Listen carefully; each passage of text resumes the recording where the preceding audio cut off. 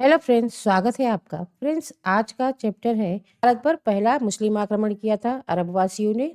मध्यकालीन भारत का इतिहास ने भारत के सिंध प्रांत पर पहला सफल आक्रमण किया था।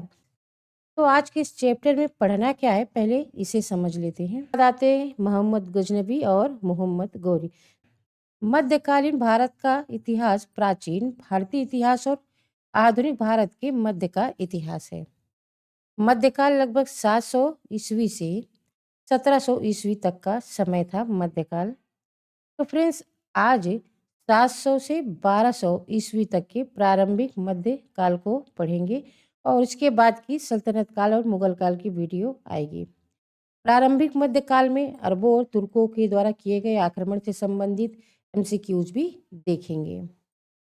मध्यकालीन भारत का इतिहास है जिस भारत पर मुस्लिम आक्रमण या फिर यूं कहें कि भारत पर प्रथम इस्लामिक आक्रमण किया जाता है।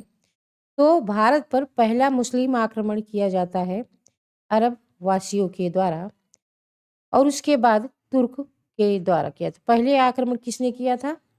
भारत पर पहला मुस्लिम आक्रमण किया था अरब वासियों ने और उसके बाद किया था तुर्क वासियों ने। तो अरब वासियों में मोहम्मद बिन कासिम, इसने भारत के सिंध प्रांत पर पहला सफल आक्रमण किया था। इसके बाद आते हैं मोहम्मद गजनबी और मोहम्मद गौरी। तो इन सबको एक एक करके पढ़ेंगे। शुरुआत करते हैं इस मैप से जिसमें वर्तमान भारत और उस समय के भारत की स्थिति दिखाई गई है, जब भारत का सीमा विस्तार पाकिस्तान और अफगानिस्तान के क्षेत्रों तक हुआ करता था।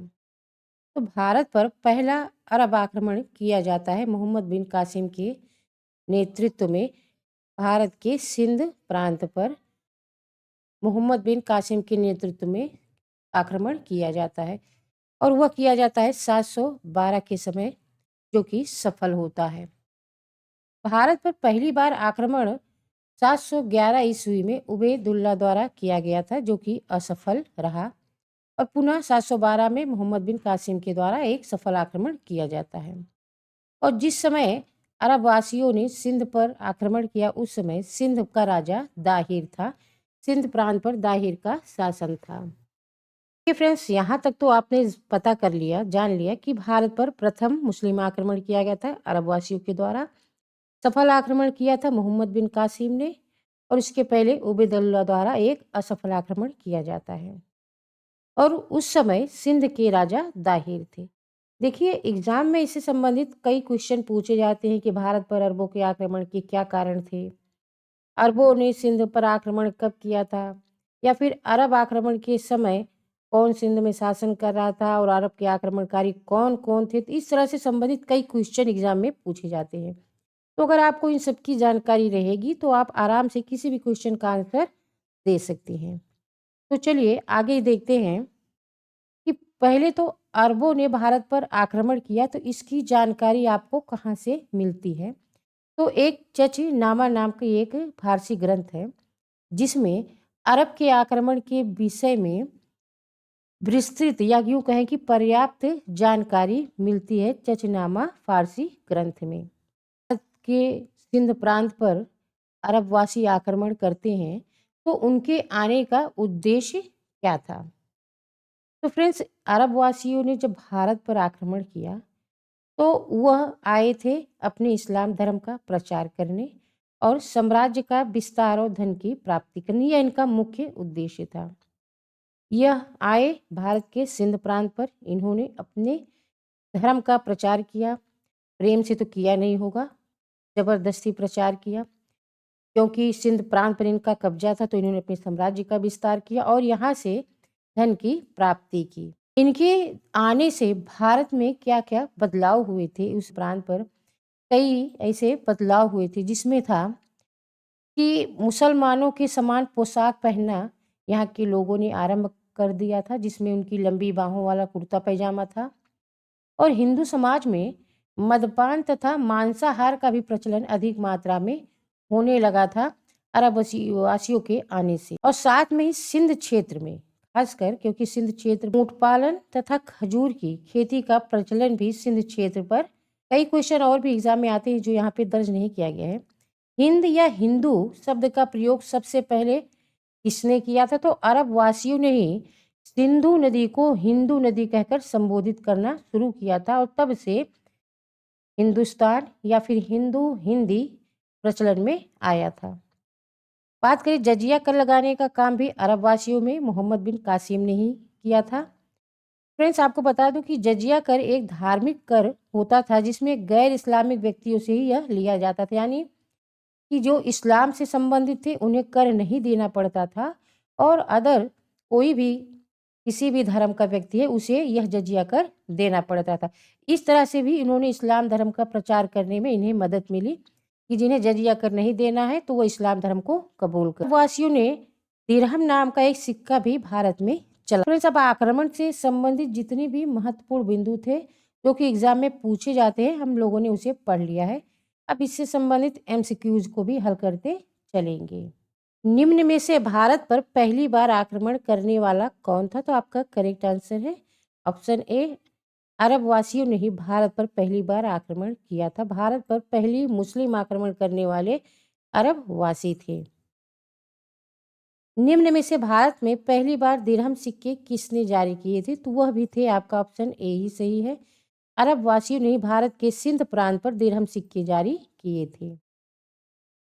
भारत में प्रथम मुस्लिम आक्रमणकारी कौन था? प्रथम मुस्लिम आक्रमणकारी, तो फ्रेंड्स ये सभी मुस्लिम ही हैं, पर प्रथम मुस्लिम आक्रमणकारी अगर यहाँ पर सफल आता है पूछकर तो आप लिखेंगे मोहम्मद बिन कासिम, आपका ऑप्शन सी सही होगा। अगर ये पूछता है कि भारत पर प्रथम मुस्लिम आक्रमणकारी कौन था और आपके क्वेश्चन में उबैदुल्ला और मोहम्मद कासिम दोनों हैं तो आपका करेक्ट आंसर होगा ऑप्शन बी उबैदुल्ला, क्योंकि यही भारत पर पहला मुस्लिम आक्रमणकारी था जो कि असफल रहा था। मोहम्मद बिन कासिम यह प्रथम मुस्लिम आक्रमणकारी था जो सफल था। भारत में जजिया कर लगाने वाला प्रथम शासक कौन था? तो आपका ऑप्शन सी सही है, मोहम्मद बिन कासिम वह व्यक्ति था जिसने भारत में जजिया कर लगाया था जो कि अरब वासियों द्वारा लगाया गया था और यह जजिया कर गैर इस्लामिक कर हुआ करता था। तुर्कों का भारत पर आक्रमण, जिसमें सबसे महत्वपूर्ण है महमूद गजनी, क्योंकि विभिन्न परीक्षाओं में महमूद गजनी से संबंधित प्रश्न पूछे जाते हैं। इस चैप्टर में महमूद गजनी से जुड़े हुए प्रमुख बिंदु दर्शाए गए हैं जो क्रमबद्ध तरीके से, जिसे पढ़ने में और समझने में भी आपको काफ़ी मदद मिलेगी। तो चलिए इसे एक एक करके पढ़ना शुरू करते हैं। तो देखिए, सबसे पहले आता है गजनी वंश या फिर इसे यामीन वंश भी कहा जाता है।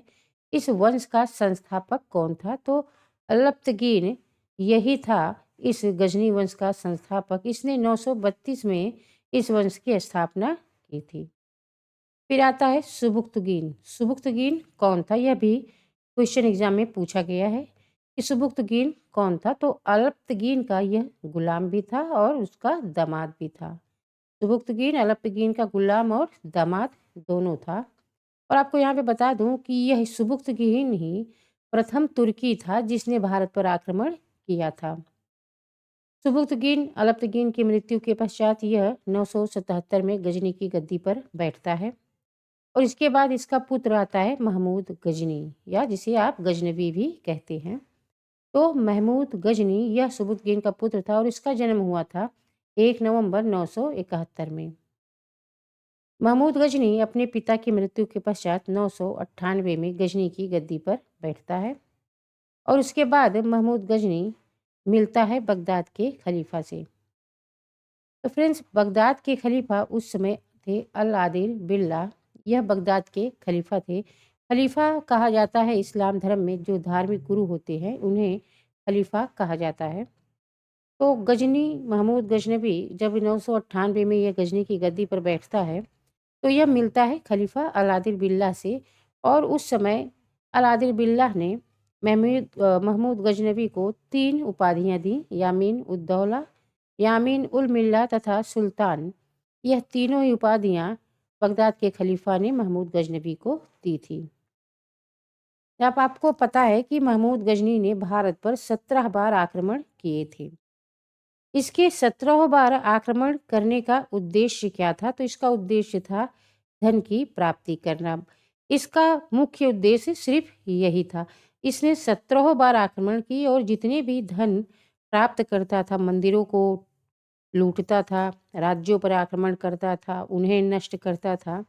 तो जितनी भी धन की इसे प्राप्ति होती थी, यह लेकर उसे गजनी वापस चला जाता था। फ्रेंड्स, इतिहासकारों ने इसे मूर्ति भंजक के भी नाम से लिखा है, क्योंकि यह जब मंदिरों को यह लूटता था, तो उसमें यह मूर्तियों को भी उठा ले जाता था और उन्हें नष्ट कर देता था।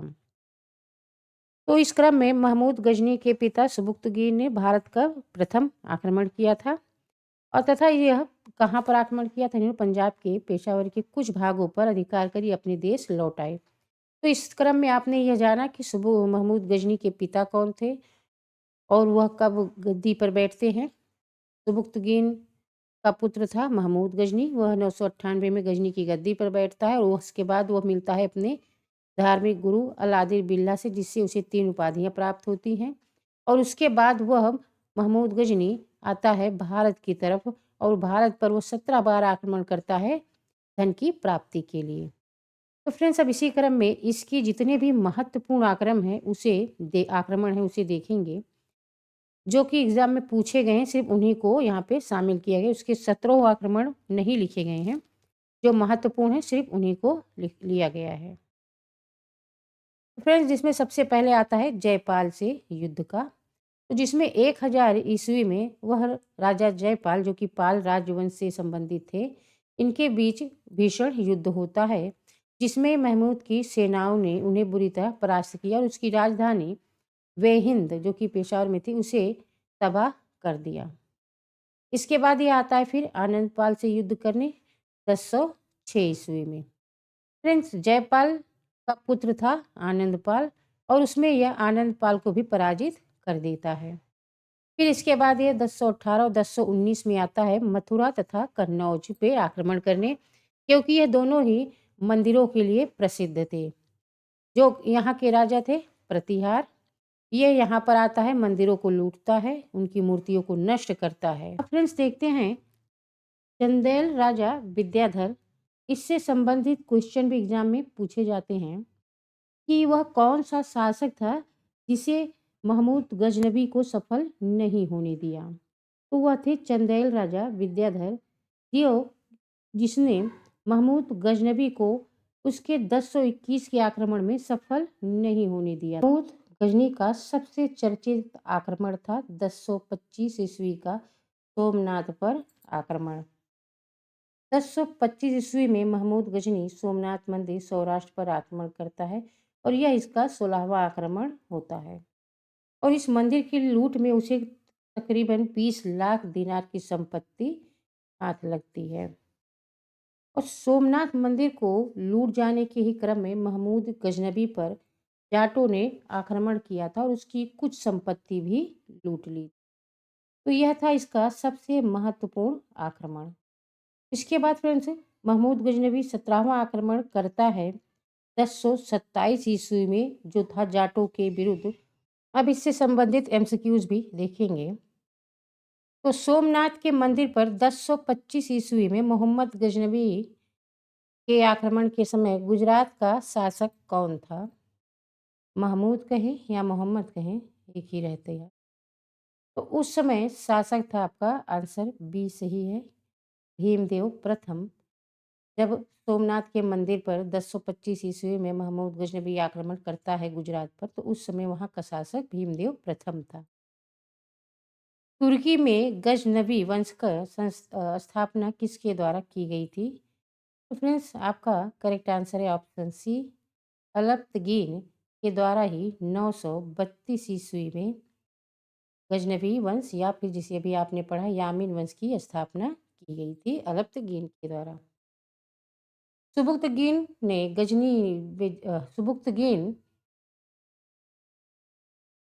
सुबुक्तगीन गजनी ने अपने आक्रमण के दौरान पश्चिमोत्तर भारत के किस हिंदू शासक को पराजित किया? तो उस समय इसने पराजित किया था, आपका ऑप्शन सी सही है, जयपाल को, जो कि पाल राजवंश से संबंधित है ये। इन्हें पराजित किया था सुबुक्तगीन सुबुक्तगीन, जो कि 9 से 977 ईस्वी में गजनी की गद्दी पर बैठता है और उसके बाद यह भारत के पश्चिमोत्तर भारत के जयपाल पाल राजवंश के राजा जयपाल के विरुद्ध युद्ध करता है और उन्हें पराजित करता है। मोहम्मद गजनबी के साथ भारत आने वाला प्रसिद्ध इतिहासकार कौन था? तो फ्रेंड्स आपका ऑप्शन ए सही है। अल बरूनी यह था जो वह इतिहासकार जो महमूद गजनबी के साथ भारत आया था। महमूद गजनी के साथ अलबरूनी भारत आया था। उसके बाद फिरदौसी उल्वी फारूकी यह सभी इसके दरबार में रहते थे, सभी विद्वान थे और सभी उसके दरबार में रहते थे। भारतीय जनता के लिए हिंदू शब्द का सर्वप्रथम प्रयोग किसके द्वारा किया गया था? तो फ्रेंड्स आपका ऑप्शन ए सही है। अरब वासियों ने ही पहले सिंधु नदी को हिंदू कहकर संबोधित किया था। तब से हिंदू हिंदी शब्द प्रचलन में आया और उसके बाद से इसे हिंदू शब्द का प्रयोग किया जाने लगा। किस चंदेल शासक ने महमूद गजनबी का सामना किया था? तो आपका आंसर आएगा ऑप्शन सी विद्याधर ने। आपका आंसर सी है विद्याधर ने, जो कि यह चंदेल के शासक थे। इन्होंने ही महमूद गजनबी का सामना किया था, इसे सफल नहीं होने दिया था। तो फ्रेंड्स यह थे कुछ महत्वपूर्ण एमसीक्यूज तुर्की के आक्रमण से संबंधित। अब इसके आगे देखेंगे पढ़ेंगे शिहाबुद्दीन उर्फ मोइजुद्दीन मोहम्मद गौरी। यह पूरा नाम था मोहम्मद गौरी का। एग्जाम में पूछा जाता है कि मोहम्मद गौरी का पूरा नाम क्या है? तो शिहाबुद्दीन उर्फ मोइजुद्दीन मोहम्मद गौरी। 12वीं सदी के मध्य में गौरी वंश का उदय होता है और इसका आधार उत्तर पश्चिमी अफगानिस्तान था। तो मोहम्मद गौरी ने भारत में तुर्क राज्य की स्थापना की थी। क्वेश्चन आता है तुर्क राज्य की स्थापना किसने की? तो मोहम्मद गौरी ने। मोहम्मद गौरी ने गजनी से, क्योंकि वो गजनी का ही रहने वाला था, तो मोहम्मद गौरी ने गजनी से आकर उसने भारत के मुल्तान पर, जो कि अब वर्तमान में पाकिस्तान में है, मुल्तान पर इसने अपना पहला आक्रमण किया था।